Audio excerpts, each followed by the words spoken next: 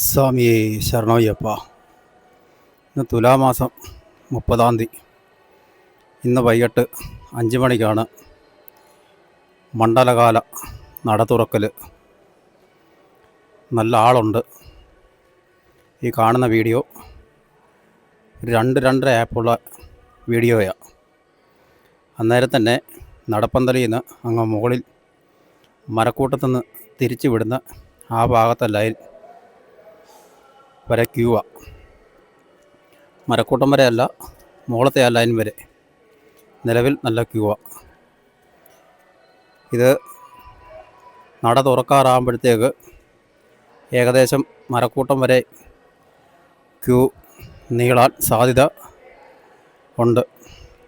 സ്വാമിയേ ശരണയ്യപ്പ. അങ്ങനെ 2025 മണ്ഡലകാലവും വന്നു.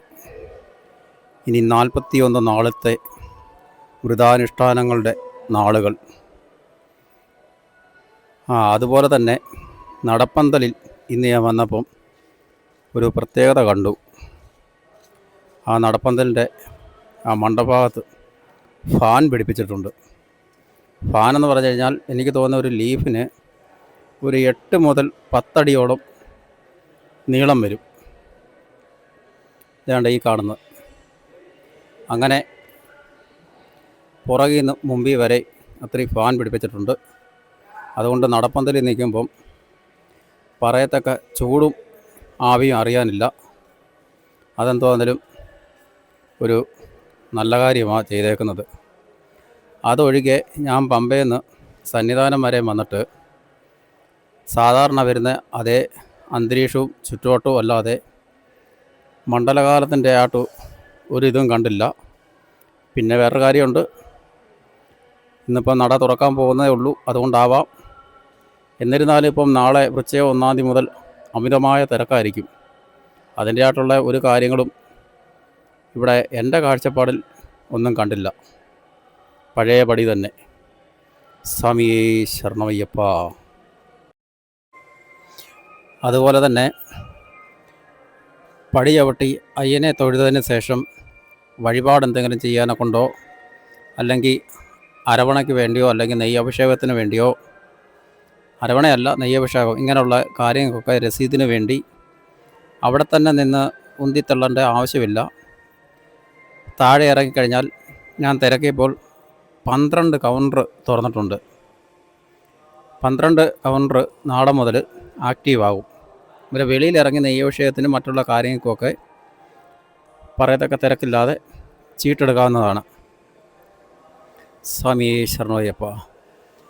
ഇപ്പം നട അടച്ചിട്ടേക്കുകയാണ്. ആ അന്തരീക്ഷമാണ് നമ്മളിപ്പോൾ കാണുന്നത്. കറക്റ്റ് 5 മണിയാകുമ്പം നട തുറക്കും എന്നാണ് പറഞ്ഞേക്കുന്നത്. സ്വാമിയേ ശരണയ്യപ്പ. അതുപോലെ തന്നെ അരവണ, മാളികപ്പുറത്തിൻ്റെ ആ പിൻഭാഗത്തായിട്ടും അരവണ കൗണ്ടറുണ്ട്. മാളികപ്പുറത്ത് തൊഴുതതിന് ശേഷം സിവിലിൽ ദർശനത്തിന് കയറാൻ നിൽക്കുന്നവരുടെ ആ ഭാഗത്തോട്ട് തിരിഞ്ഞു കഴിഞ്ഞാൽ അവിടെ ഏതാണ്ട് ഒരു 10-20 കൗണ്ടറോളം ഉണ്ട്. അപ്പവും അരവണയും എല്ലാം അവിടെ നിന്നും കിട്ടും. അവിടെയും കയറി വാങ്ങാവുന്നതാണ്. സ്വാമി ശരണയ്യപ്പ. അല്ല, ഇനിയിപ്പോൾ ഈ കണ്ടീഷനിൽ ശബരിമല സന്നിധാനം കാണണമെന്നുണ്ടെങ്കിൽ 3 മാസം കഴിയണം. വൃശ്ചികം, ധനു, മകരം, പിന്നെ കുംഭത്തിലെ ഈ ഒരു അന്തരീക്ഷത്തിൽ ഇനി ശബരിമല സന്നിധാനം കാണാൻ പറ്റത്തുള്ളൂ. സ്വാമി ശരണയ്യപ്പ. അയ്യപ്പന്മാരെ എല്ലാം നടപ്പന്തലിൽ നിന്ന് മേപ്പോട്ട് തുറന്നു വിട്ടു. സ്വാമിമാരെല്ലാം പതുക്കെ നടന്ന് കയറി വന്നുകൊണ്ടിരിക്കുക. സ്വാമി ആ ഫ്രണ്ടിൽ വരുന്നതാണ് പുതിയതായിട്ട് ചാർജ് എടുക്കാൻ പോകുന്ന തന്ത്രി. സ്വാമി ശരണയ്യപ്പ. അതിൻ്റെ ഏറ്റവും ഫ്രണ്ടിൽ നിൽക്കുന്ന ആണ് പുതിയ മേൽശാന്തി തന്ത്രിയൊക്കെ. അവരെ മാലയിട്ട്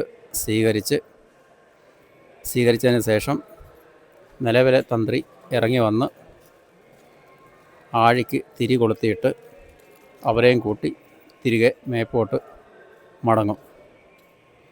സ്വാമിയേ ശരണമയ്യപ്പ, സ്വാമിയേ ശരണമയ്യപ്പ.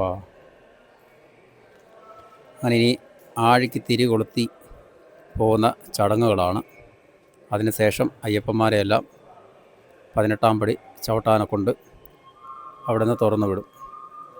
സ്വാമിയേ ശരണമയ്യപ്പ.